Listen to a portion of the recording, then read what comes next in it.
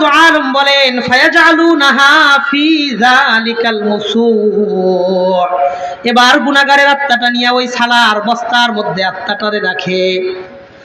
ফালা ইয়ামুরুনা বিহা আলা মালাইম মিনাল মালাইকা, এই আত্মাটারে নিয়ে যখন ফেরেশতাদের সামনে দিয়া মালাকুল মাউত যখন যাইতে থাকে, ইল্লা ইয়াকুলুনা লাহু সুহকান সুহকা, প্রত্যেকটা ফেরেশতা বলতে থাকে আহা দুর্গন্ধ সরাও, তারে এখান থেকে তাড়াতাড়ি সরায় দাও।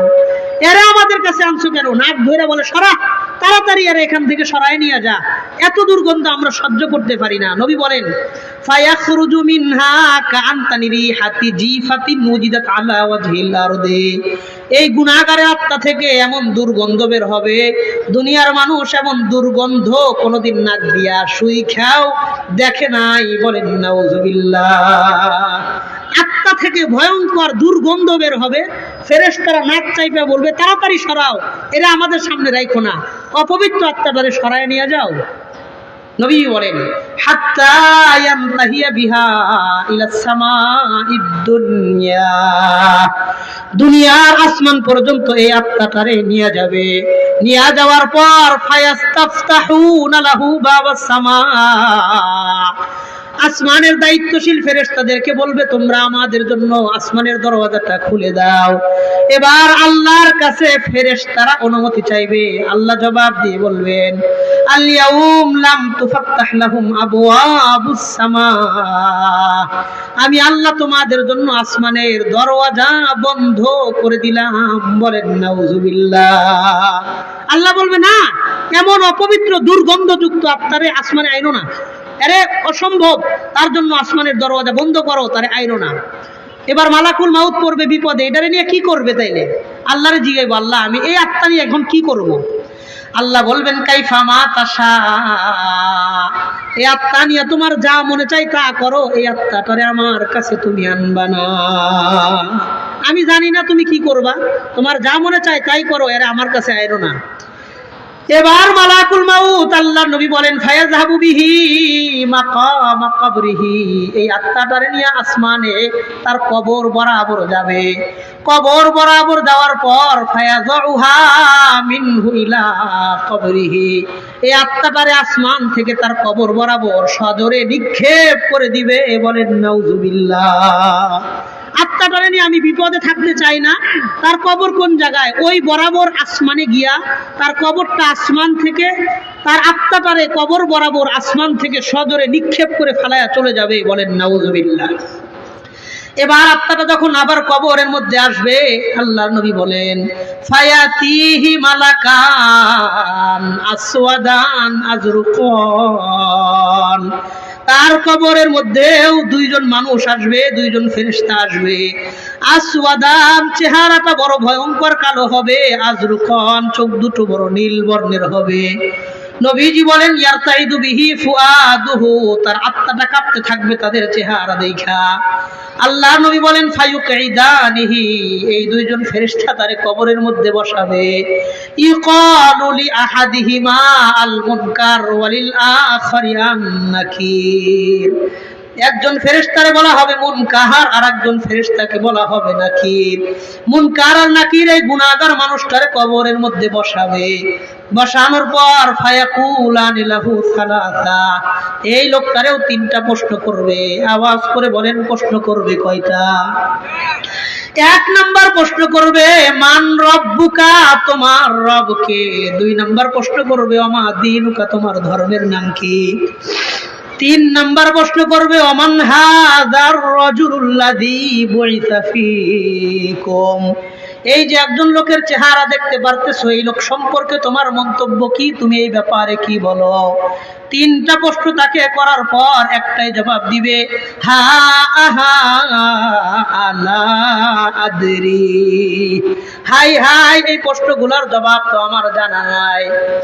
তিনবার তারে প্রশ্ন করবে, প্রত্যেকটার জবাব একটাই বলবে, হা আহা আলা আদরি, এই প্রশ্নর জবাবগুলা তো আমার জানা নাই। ফানাদা মুনাদিম মিনাস সামা, আল্লাহ আসমান থেকে ডাক দিয়ে বলবেন আন কাযাবা আবদি, আমার বান্দা তিনটা প্রশ্নের জবাবে যা বলছে প্রত্যেকটা কথাই মিথ্যা কথা। বলেন নাউজুবিল্লাহ। এই শোনো, এর একটা উত্তর হয়েছে না, যা কইছে সব মিথ্যা কথা। তিনটা প্রশ্ন পারে নাই, শোনো, তার কবরে তিনটা শাস্তি দিয়ে দাও। বলেন কয়টা শাস্তি? এক নম্বর আল্লাহ বলবেন আন আলবিসুহু মিনান নার ওয়া আন আফরিশুহু মিনান নার ওয়াফতাহু লাহু বাবান ইলান নার। এক নম্বর, তার কবরের মধ্যে তোমরা জাহান্নাম থেকে একটা বিছানা আইনা এই গুনাহগার ব্যক্তির জাহান্নামের মধ্যে তোমরা আগুনের বিছানা বিছায়া দাও। শোনো, জাহান্নাম থেকে একটা আগুনের বিছানা আনো, আইনা এই লোকের কবরে একটা আগুনের বিছানা বিছাও। দুই নাম্বার আল্লাহ বলবেন ওয়ালবাসু আন আলবিসুহু মিনান নার, জাহান্নাম থেকে একটা আগুনের পোশাক আনো, এই সুন্দর সাদা পোশাকটা তার গা থেকে খুলে নাও। সাদা কাফনের সুন্দর পোশাকটা তার গা থেকে খুলে আন আলবিসুহু মিনান নার, জাহান্নাম থেকে একটা আগুনের পোশাক আইনা তার খালি গায়ের মধ্যে তোমরা পরায়া দাও। বলেন নাউজুবিল্লাহ। তিন নাম্বার আল্লাহ বলবেন ওয়াফতাহু লাহু বাবান ইলান নার, তার কবর থেকে জাহান্নাম পর্যন্ত একটা দরওয়াজার ব্যবস্থা করে দাও, যেন কবরের মধ্যে বৈশা আসে জাহান্নামের শাস্তিগুলা ভোগ করতে পারে। বলেন নাউজুবিল্লাহ। এবার আল্লাহ নবী বলেন হাত্তা ইউযাইয়াকু কবরুহু, তার কবরটা আল্লাহ এতটা চাপায়া দিবেন হাত্তা তাখতালিফা ফীমা বাইনা আযলাই, তার পাজরের এক পাশের হাড়গুলা আর এক পাশের মধ্যে ঢুকে যাবে। বলেন নাউজুবিল্লাহ। তার কবরটারে আল্লাহ চাপায়া দিবেন। কেমন চাপাবেন? হাত্তা তাখতালিফা ফীমা বাইনা আযলাইহি, তার দুই পাজরের হাড়গুলা একটা আরেকটার মধ্যে ঢুকে যাবে। বলেন নাউজুবিল্লাহ। এবং নবীজি বলেন ওয়া ইউবাসু ফি কবরিহি সুবানুম মুবিন, তার কবরের মধ্যে আল্লাহ বড় বড় অজগর সাপ নিযুক্ত করে দিবেন। তালদিগুহু মিনাস সুবহি ইলা যুহরি লিআদামিল ফাজরি, ফজরের নামাজের সময় থেকে জোহর পর্যন্ত তার দংশন করবে। লিআদামিল ফাজরি, ফজরের নামাজটা না পড়ার কারণে। ওয়া মিনাজ যুহরি ইলাল আসরি, জোহর থেকে আসর পর্যন্ত কামড়াবে। লিআদামিজ যুহরি, জোহরের নামাজটা না পড়ার কারণে। ওয়া মিনাল আসরি ইলাল মাগরিবি, আসর থেকে মাগরিব পর্যন্ত কামড়াবে। লিআদামিল আসরি, আসরের নামাজ না পড়ার কারণে। ওয়া মিনাল মাগরিবি ইলাল ইশা, ওয়া মিনাল ইশা ইলাল ফাজরি, মাগরিব থেকে এশা পর্যন্ত, এশা থেকে ফজর পর্যন্ত তার দংশন করবে। মাগরিব আর এশার নামাজটা না পড়ার কারণে। আল্লাহ আমাদের সবাই পাঁচ ওয়াক্ত নামাজি, দিনদার, পরহেজগার, মুত্তাকি হিসেবে কবুল করে নেন। বলেন আমিন। 7টা কামড় যে দিবে, নবী বলেন তার কপাল বরাবর কামড় দিবে। কামড় দেওয়ার পর নবী বলেন হাত্তা ইয়াসিলা জাসাদুহু ফিল আরদি 70 যিরাআ, একটা দংশন এত জোরে করবে তার শরীরটা জমিন থেকে 70 গজ নিচে চলে যাবে। বলেন নাউজুবিল্লাহ। এত জোরে কামড় দিবে হাত্তা ইয়াসিলা জাসাদুহু ফিল আরদি 70 যিরাআ, জমিনের নিচে 70 হাত চলে যাবে। পরে মাথার মধ্যে আবার কামড় দিয়া তারে টাইনে উঠাবে। উঠানোর পরে আরেকটা কামড় দিবে, আবার জমিনের নিচে 70 হাত যাবে। আবার মাথার মধ্যে কামড় দিয়া কপালে ঠোকর দিবে, মাথায় কামড় দিয়ে উঠাবে, কপালে ঠোকর দিয়া ডাবাবে। এইভাবে ফজর থেকে জহর, জহর থেকে আসর, আসর থেকে মাগরিব, মাগরিব থেকে এশা, এশা থেকে ফজর, 5 ওয়াক্ত নামাজ কামায়ের কারণে এইভাবে তারা শাস্তি দিবে। আওয়াজ করে বলেন নাউজুবিল্লাহ। গুনাহগারের মরণটা বড় ভয়ঙ্কর। এমন শাস্তি, কবরের শাস্তিও সহ্য করা সম্ভব না, হাসরের শাস্তি তো বড় দূরের কথা। আল্লাহ আমাদেরকে এমন ভয়ঙ্কর লাঞ্ছনার মরণ থেকে হেফাজত করেন। বলেন আমিন। ইমানদারের ওই রকম আনন্দের মরণ আমি আপনি চাই কি চাই না? গুনাহগারের এমন ভয়ঙ্কর মরণ থেকে আমি আপনি বাঁচতে চাই কি চাই না?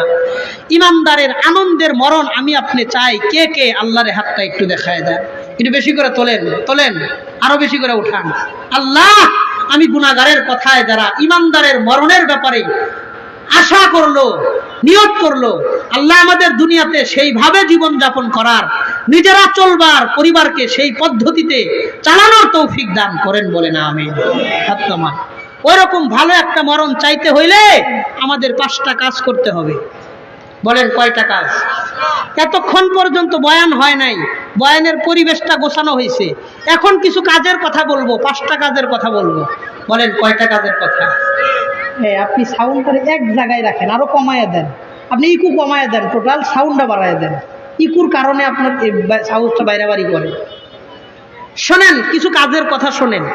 এরকম লম্বা লম্বা হাদিস যদি আমি 1.5 ঘন্টাও শোনাই, মানুষ চুপচাপ বসে বসে শুনবে, কোনো ফায়দা হবে না, কোনো কিছু আমলের কিছু পাইবেন না।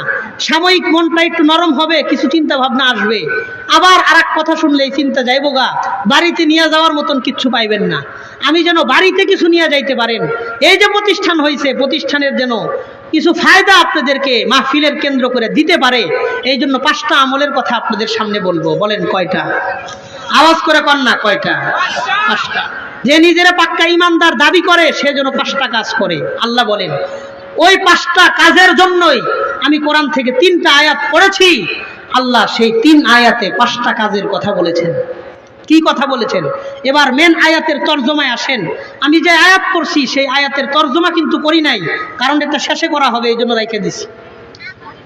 আল্লাহ বলেন, 1, ইন্নামাল মুমিনুনা আল্লাযীনা ইযা যুকিরাল্লাহু ওয়াজিলাত কুলুবুহুম, যেই লোকটা নিজের ইমানদার দাবি করবে সেই লোকটা যেন মাঝে মাঝে আল্লাহর জিকির করে।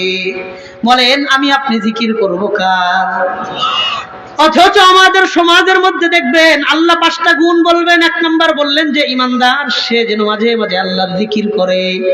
অথচ আমাদের সমাজের বহু মানুষদেরকে দেখবেন 5 ওয়াক্ত নামাজ পড়ে, রোজা রাখে, হজ ওমরা, দান সাদকা, পর্দা পুশিদা সবকিছুই আছে, কিন্তু বছরের পর বছর চলে যায়, মাসের পর মাস চলে যায়, কোনদিন 2টা মিনিট সময় নিয়ে আল্লাহর জিকির করে না।